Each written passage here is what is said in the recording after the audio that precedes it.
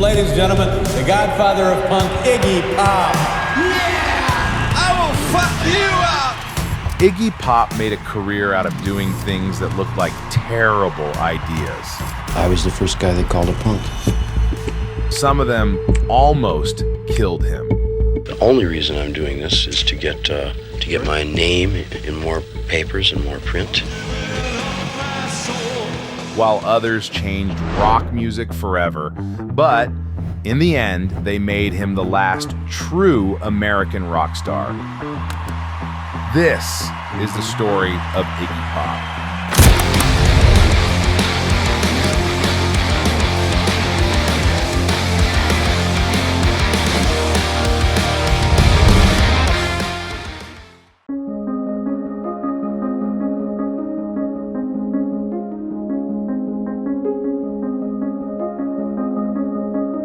James Newell Osterberg Jr. was born in 1947 in Michigan. He grew up around the towns of Ypsilanti and Ann Arbor, an only child living in a trailer park. Born and reared, as they say in the Midwest, and you lived in a trailer, right? Yeah. And now, having grown up in a trailer, does it have any thoughts that affects a person one way or the other, as opposed to living in a stationary house? Yeah, absolutely. Because everybody. Well, first of all, there's like trailer trash. You ever heard the term? No. No. Well, it's a kind of a fly-by-night connotation. His mother worked an office job at Bendix, a big factory company that made car parts and airplane equipment, while his father taught English at a school and coached baseball. It was the kind of American childhood people love to romanticize later because they never had to live it. But here's the thing, though. With both of his parents working, James spent a lot of time alone. So he did what bored kids have always done. He made noise. Endless, relentless, headache-inducing noise. It's, usually half anger, a little bit of defiance, a little bit of just the sheer joy of making a neat noise, and a little bit of just the kind of the harmonious feelings engendered by music. The funny thing about childhood talent is that it usually sounds exactly like a nuisance. And since he spent hours banging on whatever he could find, his parents eventually bought him a drum kit. Not just that, in a home with almost no extra space, his parents sacrificed their own bedroom so their son would have somewhere to play. Imagine believing in your kid that much, or being that desperate to keep him occupied. But either way, it worked. Michigan truck plant. And remember, he grew up in Michigan surrounded by factories and industrial labor, so, the soundtrack of his town wasn't birds chirping. It was machinery, grinding, rattling, humming away while people traded hours of their lives for paychecks, and that constant noise got forever burned into his synapses. The industrial sounds I heard when I was growing up, it was more the noise than the music, and mainly just the noisiness of it. It gave you a chance to make noise and jump up and down and go like that, and it was just the most fun of anything to do. Now, folks, on with the funny stuff. Then came an unlikely lesson from a children's show. A TV host named Soupy Sales once challenged his audience to write letters to the show using as few words as possible. Most kids probably forgot about it before dinner. But James didn't. For some reason, that tiny idea stuck, to the point that even years later, he would connect it directly to the way he wrote songs with short and simple lyrics that hit hard and move on. In 1963, while still in high school, James joined a band called the Iguanas. They played surf rock and harmless British invasion covers. I was a drummer. I was a really bad drummer, but very enthusiastic. And when I played, I had a kind of quality of intoxication. It's a drunkenness with the amplified guitar and the loudness of the drums. I just liked it. It was big and loud. Eventually, people started calling him Iggy because he was the drummer for the Iguanas. The name stuck, and he took it with him even after the band itself died. I was among the first to adopt a name that wasn't anglicized. In other words, I didn't call myself Johnny Jones or something, it used to be that people with awkward names would make something a little more neat and clean, and I sort of took and just made the most awkward name of all, After high school, he gave college a shot, spending a short time at the University of Michigan, but sitting in classrooms wasn't it. I didn't like school. I didn't like the town I was from. I didn't like my peer group. So he dropped out and headed straight for Chicago, one of the most legendary music scenes in the entire country. Literally the holy ground of blues. Blues greats are stiff-necked troublemakers. Childish, egotistical, drug-ridden, alcohol-plagued, sexually wanton troublemakers. He played with older blues musicians that taught him rhythm and feel. Basically, there's a trance the blues puts you in when it's done well, and that's what the best metal has to offer above anything else. But they also taught him something harsher. Beside them, he was nobody. Just some young white kid behind a drum kit and not even a great drummer. That could have crushed him. Instead, it pissed him off. He was done being the forgettable guy in the back. He wanted respect. He wanted to make people look up. The only reason I'm doing this is to get my face on more screens, to get my name in more papers and more print, and to expand my fame. So, he went back home to Ann Arbor and in 1967 teamed up with 3 local guys to form a band called the Psychedelic Stooges.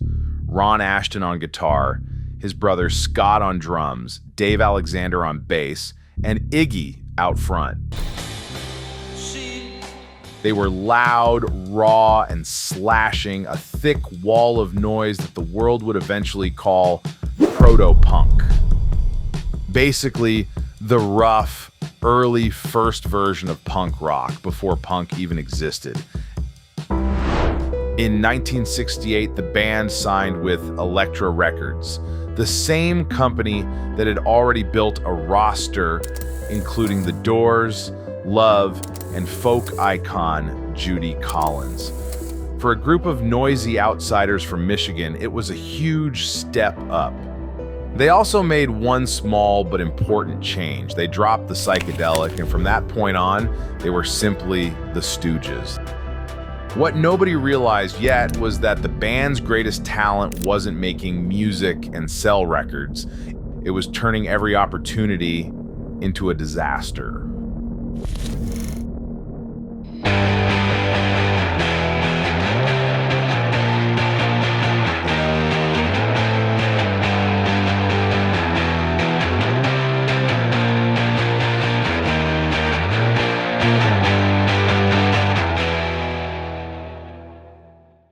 The Stooges dropped their self-titled debut in 1969, produced by John Cale from the Velvet Underground.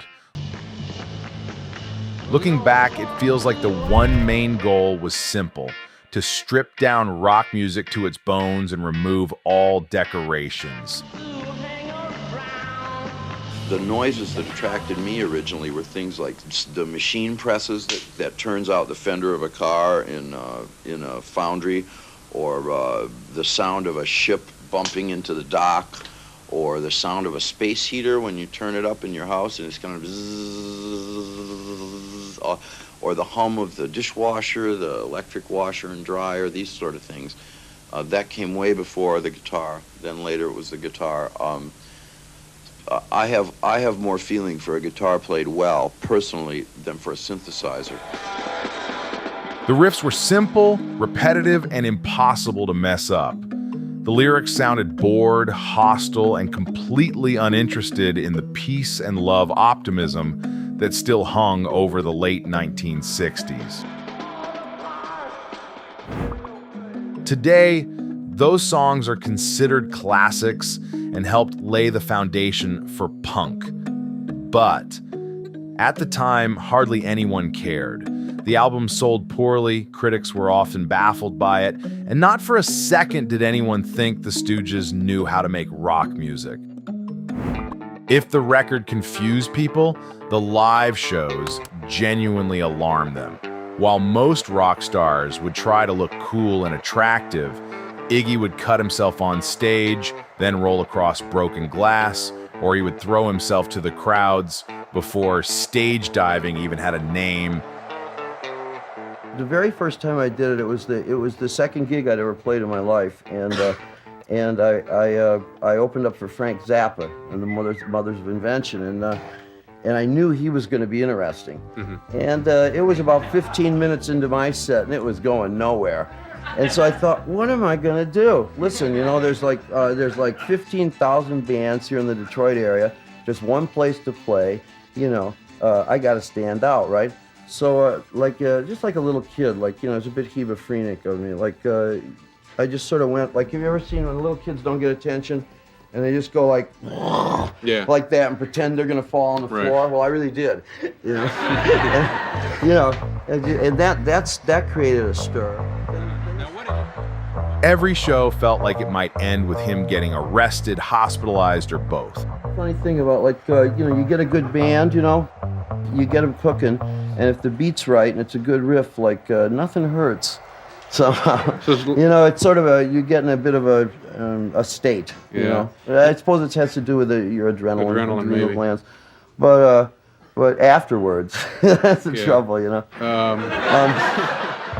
While the rest of the band would lock into these simple pounding grooves, Iggy would stalk the stage, improvise lyrics, provoke the audience, and build his performance around making danger look fun. The other guys in the Stooges were maybe less cerebral than me. They were basically just lovely juvenile delinquents who had a healthy disrespect toward everything. Then came Funhouse in 1970, and instead of making the Stooges more accessible, the band pushed even further into the madness. Saxophonist Steve McKay joined the mix, and the songs got louder, heavier, and less structured. Critics were confused, sales were disappointing, and the Stooges remained far from mainstream success. It's discouraging to sound different. But their reputation kept growing anyway. People talked about their concerts the way people talk about surviving trauma. The story spread faster than the records did, turning the Stooges from a struggling rock band into one of the great myths of underground music. If flower power was the dream, the Stooges sounded like the Morning After. My music is just basically, I look for things to tear apart, and that's good to whip, that's very easy. You don't even think about it before you do it. Iggy wasn't interested in preaching peace and love. He was singing about boredom, lust, frustration, and the urge to break things just to feel something. Then he climbed on stage and turned those emotions into a public spectacle. You have give your ego a little rein and jump up and down a little bit and go woo, woo, woo, and that's about it, really. While much of the 1960s counterculture was still selling optimism, Iggy was dragging the darker parts of human nature into the spotlight and daring audiences to admit they recognized them. I think we had a very dangerous honesty in our group, and I was determined as a writer, which is what I was originally was a writer who wanted to write for music. I was determined that my portrayals were going to be clear and honest in what was really going on. And so what happened was this immediately brought us in conflict with people who were singing California dreaming, while they were really shooting heroin, you know. So because we came very early into conflict with the musical establishment in America, this made us even more aggressive than we would have normally been. And so things just escalated. By 1971, label support was fading, internal tensions were growing, and the Stooges seemed to spend as much time creating new disasters as they did creating music. Drugs were everywhere. Money was tight. Bassist Dave Alexander would eventually get fired because he was too intoxicated to perform, while Scott Ashton once managed to destroy a truck full of rented equipment.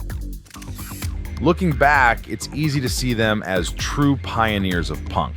Yet, at the time, they were mostly perceived as a walking disaster. The audience was such a bunch of, they were just so ignorant, as to the value of what we were doing. Iggy himself was becoming increasingly difficult to manage, even by rock and roll standards. And I'd been kind of stymied by the entire music business and a really disastrous manager in general, and drug problems and drinking and general carousing, Yet while the music industry didn't know what to do with the Stooges, one person was paying very close attention: David Bowie, who had become a fan. I'd never seen Jimmy, really, but I'd heard some of his albums, and it sounded like, nihilistic rock. It was nihilism. But that's Which true. fascinates me. I love nihilism. Bowie recognized something that many critics and record executives still didn't. Beneath the chaos and the terrible sales figures was an artist doing something genuinely new. I met him, I was out of work in 1970, 12 years ago or so. I'd been dumped for I think the second of what's now the umpteenth time by some record company or the other. And I was in New York, sort of scrounging around looking for a gig, and he was in town, and what turned out to be an admirer of my work, and I met him in a bar, down at Max's. At a time when most people saw Iggy Pop as a reckless troublemaker with a collapsing career, Bowie saw potential. So he used his growing influence to help secure a deal with Columbia Records and brought the Stooges to London to record their third studio album, Raw Power. Released in 1973 under the name Iggy and the Stooges, the album reflected just how much the band had changed since the days of Funhouse. For starters, the original lineup had fractured. Bassist Dave Alexander was gone, and guitarist Ron Ashton had been moved to bass while James Williamson stepped in as the band's new guitar player. Where earlier Stooges tracks often lurched forward on hypnotic grooves and primal repetition, Williamson's guitar playing was fast, cutting, and unapologetically violent. The result was an album that traded some of the murky, swampy feel of the band's earlier work for a leaner and more vicious, hard rock attack. But guess what? Sales were, once again, super disappointing. Years later, musicians would treat it like a sacred text, but at the time, it was just another Stooges album failing to find an audience. By the mid-1970s, the gap between Iggy's influence and his actual life had become absurd. He was inspiring future generations of musicians while struggling to keep his own career alive. The Stooges were basically over. The money wasn't there. The success wasn't there. The only thing that was there was, the heroin. Drug use had always been part of their formula, but by this point, performances grew increasingly erratic. And relationships deteriorated until finally the band collapsed for good in 1974, leaving Iggy without a career, without a clear future, and with a drug problem that was threatening to consume whatever remained of both.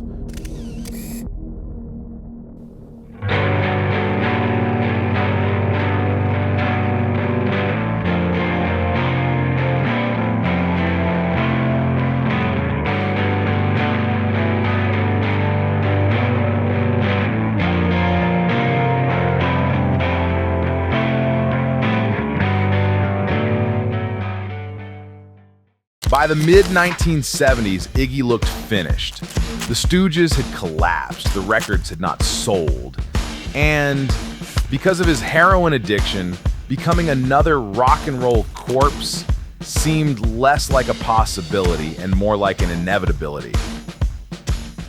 And did you know when to pull back? I always have. Yeah. I'm a very conservative guy in my daily life. Yeah. I go to my bed early. And, Well, you are now, but you weren't always, of course. No. So he voluntarily checked himself into a psychiatric hospital to get some help and try to get clean. I decided I had enough of that kind of life. I just dropped it like a cold potato. I said, enough with this schmutz, man. Fuck it, you know? And I went totally straight. It's taken me the last 3 years of my life just to learn the normal discipline that other people take for granted in their everyday living. But I've done so, and it's probably been the most exciting 3 years of my adult life. Just walking down the street buying a vegetable like everybody else. It's been great. And waiting on the other side was David Bowie with a new crazy idea. Leave America, come to Europe, and start your career over. At the time, I could have put together kind of just a stock rock band, something glam, something tasteless, but I didn't want to do that. And it was really timely that he suggested basically two things: getting out of LA, and which is great, and making an album together. It sounded almost ridiculous, so obviously Iggy accepted, and the two moved together to Berlin. Well, both Iggy and I felt it might be time to clean up, so we were very smart about it. We went straight out of LA to the heroin capital of Europe, Berlin. That was the smartest move we made. But you know something, we were totally unaware of that. We had no, I promise you, we had no idea. At the time, Berlin was still divided by the Cold War, surrounded by concrete walls and military checkpoints. Actually, what was it about being in that city at that time? There was a wall kept all the assholes out. For some reason, the city attracted weirdos, outsiders, and people trying to escape something. Bowie, for example, was trying to escape drugs and addiction to try and get clean, while Iggy was escaping his failed career and trying to reinvent himself where no one knew who he was. It just seemed such a romantically, historically interesting place, the Christopher Isherwood thing, and it being the gateway to Europe with all the art forms going in and out of there, and Dada being there. It just seemed like, the Baader-Meinhof and all that. There's something kind of, we felt conflict and tension in the air. God, if we can't write in this place, we can't write anywhere, And we're straighten up as well. In 1977, they released The Idiot, and it marked a new beginning, as it was produced by Bowie himself and released as Iggy Pop's first solo album, marking a clean break from the Stooges era. There were not great deals of time spent together, sitting down, having any sort of an exchange. Sometimes China Girl was written politely drunk, just after dinner drunk, extra glass of wine drunk on a children's toy piano and toy set of drums, him on the piano and me on the drums. And then I took it away. I took that little recording away and created a vocal in a 12-hour session without him present. And then he would come in and call the engineers, "Is he gone yet?" Okay. And then he'd come in and lay a whole thing, and then I'd call, "Is Bowie gone yet?" It's David. We do a lot of it like that, which was fine. The wild 60s lo-fi punk rock chaos was gone. In its place were cold synthesizers, mechanical rhythms, and a sound heavily influenced by German bands like Kraftwerk. It felt distant and uneasy, but strangely beautiful. So that's the way it worked. Night clubbing was written.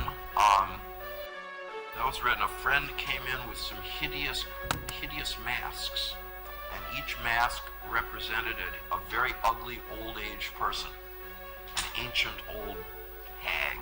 And he put on one, and I put on one, and he sat down and started, just for a joke, playing this old-time music. And I said, "That's great." And he didn't think it was that great, but I insisted that must be a song on the album. In other words, Bowie inspired Iggy to show that he wasn't simply self-destruction and stage panic. He could also be a serious artist willing to reinvent himself when the moment demanded it.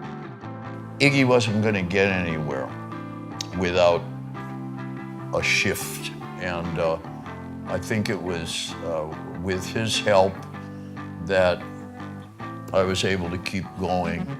Then, almost immediately, he changed direction again. Later that same year came Lust for Life, where the idiot sounded like a man wandering through dark European streets at 3 a.m. Lust for Life sounded like somebody kicking and banging on doors to wake the entire neighborhood. The album was brighter and more energetic, and it gave the world songs like The Passenger and the explosive title track, two of the most recognizable songs Iggy would ever record. The craziest part is how quickly it happened. According to lore, the album was written, recorded, and mixed in just 8 days at Berlin's Hansa Studios. We wrote the music to Lust for Life watching American Forces television network. We'd watch Starsky and Hutch once a week on Thursday nights. That was the little dose of Western culture. And before it would come on, there was the ID of the station was a black and white image of a radio conning tower, which was going bop, bop, bop, bop, bop, bop, bop. So he grabbed his kid's ukulele and came up with the format and said, "Call this Lust for Life." Against all odds, the failed rocker many assumed would overdose and disappear had reinvented himself twice in a single year. For the rest of the late 1970s and early 1980s, Iggy kept working. Record after record, tour after tour, New Values, Soldier, Party, Zombie Birdhouse, blah, blah, blah. Some albums were better received than others, some barely registered at all. None transformed him into a mainstream star. In fact, it was a long, stubborn grind. But by that point, Iggy had already experienced the collapse of the Stooges. He had seen critics dismiss him, labels lose faith in him, and audiences ignore records that would later be treated as classics. When you zoom out, rock history is basically a graveyard of unfinished stories and tragic careers. Yet somehow the guy many people had once written off as rock music's less talented and most unpredictable liability was still alive and still making records. Then came the 1990s, and against all odds, Iggy was about to become more popular than he'd ever been.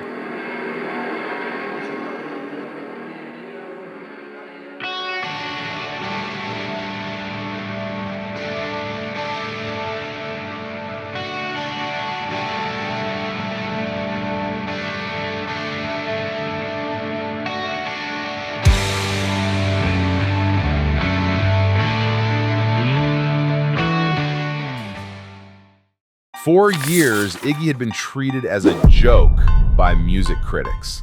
The word punk, it was born in newspapers and sort of third-rate magazines, you know, and At the time, I was the first guy they called a punk. And they used that term for me to represent the idea of someone who wants to do something very strong and very uncompromising that he believes in or has a vision of very badly, but at the same time, he's the kind of a person who doesn't have the skills or ability to do it. Things started to finally turn in 1990 when he released Brick by Brick, an album that gave him his first real hit with Candy, a duet with Kate Pearson of the B-52s. He's the father of punk, according to the Rolling Stone magazine. She's part of the red hot group, the B-52s. Together, they're gonna go sweet on you, performing Candy from this album, Brick by Brick. Iggy Pop and Kate Pearson. On paper, that doesn't look like some cosmic event because most artists don't spend more than 20 years dragging themselves through a mediocre career before finally stumbling into their first real hit. But for Iggy Pop, the same guy whose obituary had already been drafted in the 70s, this was a sign that something had changed. So do you think of yourselves as like LA punks? As punk and alternative rock crawled out of the cultural basement and started appealing to a broader audience, a younger generation of musicians began talking about Iggy Pop like a foundation, a true pioneer. Suddenly, those Stooges albums that were widely considered flops were now reframed as prototypes for the aggression that bands like the Sex Pistols or the Damned would grab with both hands and turn into whole identities. Susie and the Banshees and Nick Cave would instead draw on Iggy's theatricality, and bands like Sonic Youth, Mudhoney, and even Nirvana treated those once dismissed records as essential listening. Even artists whose sounds don't really live in the same room, from Joan Jett to Henry Rollins, have talked admiringly about how important Iggy was to them. And Slash and Duff McKagan from Guns N' Roses showed up on Brick by Brick. By 1990, the Guns N' Roses were one of the biggest rock bands in the world. So when Slash and McKagan appeared on an Iggy album, it read almost like a public acknowledgement of debt, reinforcing Iggy's place in the family tree of modern rock. Around the same time, another weird little shift was happening. For years, the music industry had been staring at Iggy like he was some defective product they couldn't shelve properly. He was too weird and too erratic to market.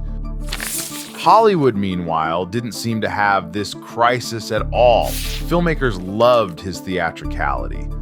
He appeared in John Waters' Cry Baby alongside Johnny Depp and contributed music to films like Arizona Dream. Then, in 1996, Iggy got the thing most people never get: a second shot at a first impression. That year, Danny Boyle's Trainspotting blew a hole through pop culture. The movie opens with Ewan McGregor running from department store security guards while Lust for Life is blaring in the background. It's one of those openings people never forget, the kind that fuses a song to a film so completely you can't touch one without smearing the other. Suddenly, Lust for Life was iconic. Which was a little ironic if you think about it. Trainspotting is about heroin addicts chasing the next hit. 20 years earlier, Iggy had come dangerously close to being swallowed by that same machinery himself. And when Lust for Life first came out in 1977, people respected it, sure, but it wasn't a hit. But after Trainspotting, it became the getaway drug to expose Iggy to a whole new audience that was born after the Stooges were already over. Point is, Iggy pulled off the impossible. Without turning into somebody else, he stayed alive long enough to end up in front of a crowd that was finally ready for him. No television. No America.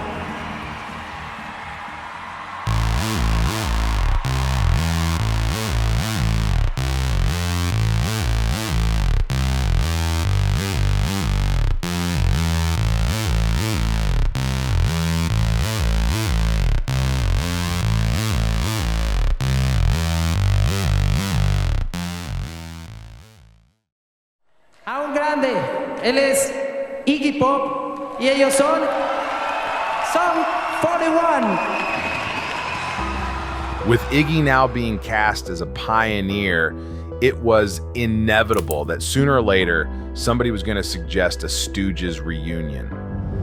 The story actually began with Iggy's 2003 album, Skull Ring. The record featured appearances from Ron and Scott Ashton, the brothers who had helped build the original Stooges decades earlier.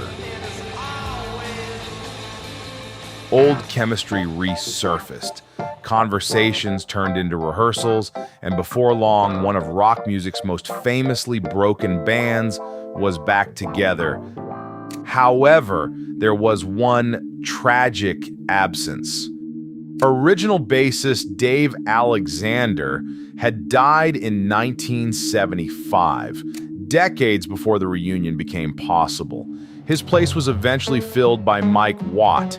Then came Coachella. More than 30 years after the band's original rise and collapse, the Stooges walked onto one of the biggest festival stages in the world. I wanna fuck something up, and I fuck you up.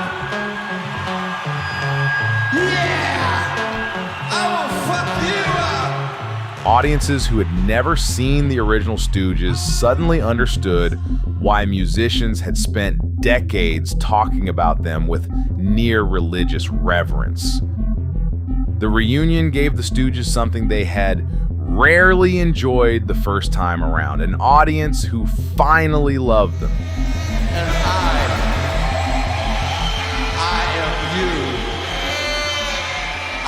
am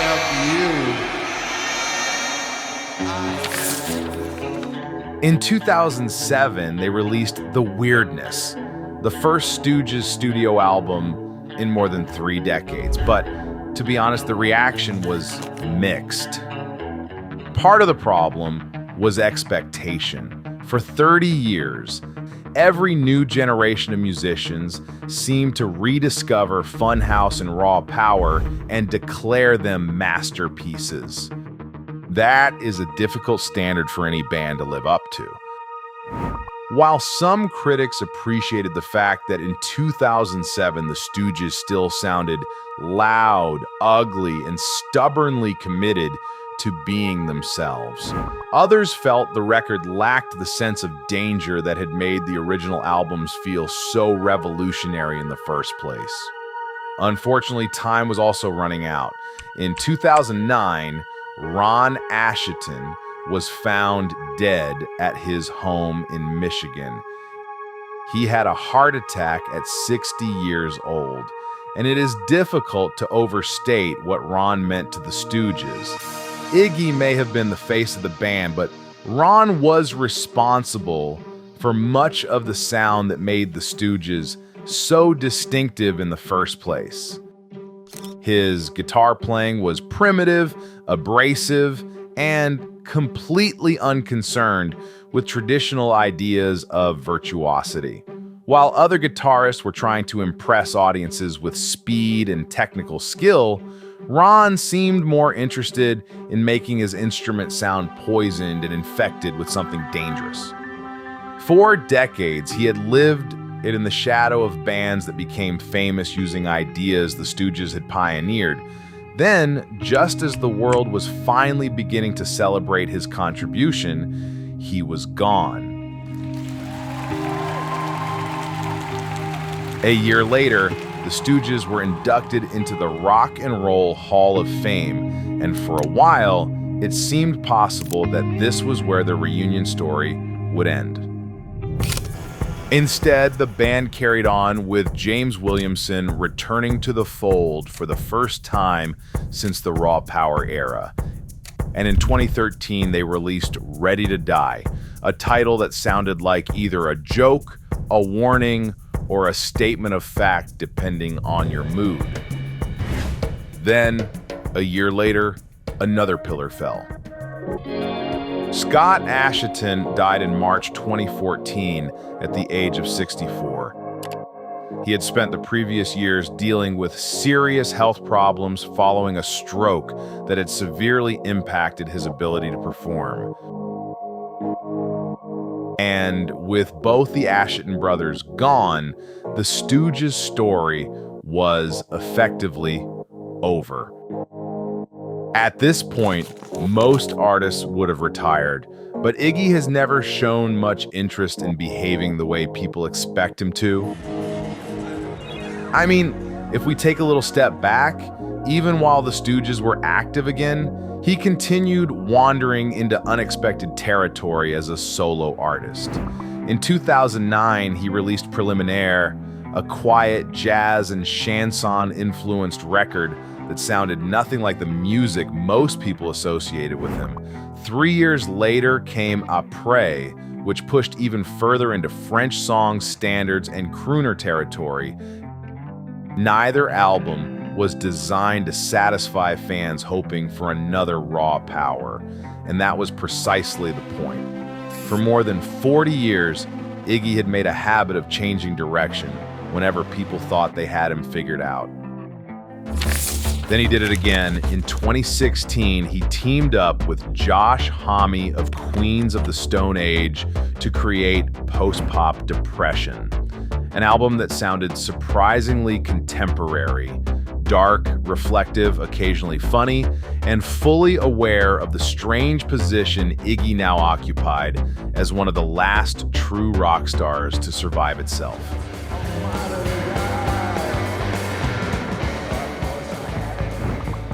The record became one of the most acclaimed releases of his later career and remarkably, the highest charting album of his solo career in the United States.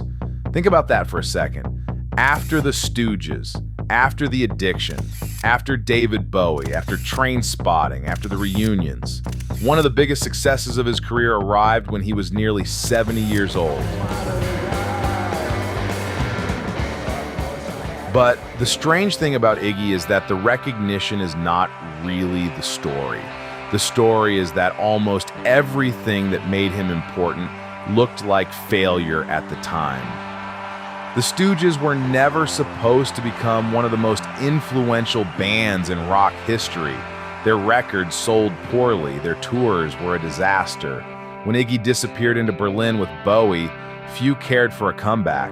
When he drifted into jazz, French ballads, spoken word passages, and strange late-career experiments, plenty of people wondered what the fuck was he doing.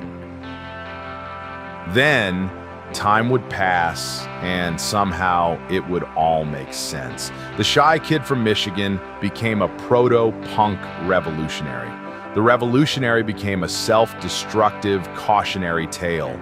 The cautionary tale became a survivor, and the survivor lived long enough to watch the world finally recognize what he had been building all along. And through all of it somehow, he remained unmistakably Iggy Pop. The world eventually caught up, but the remarkable thing is that he never seemed to give a fuck whether it would.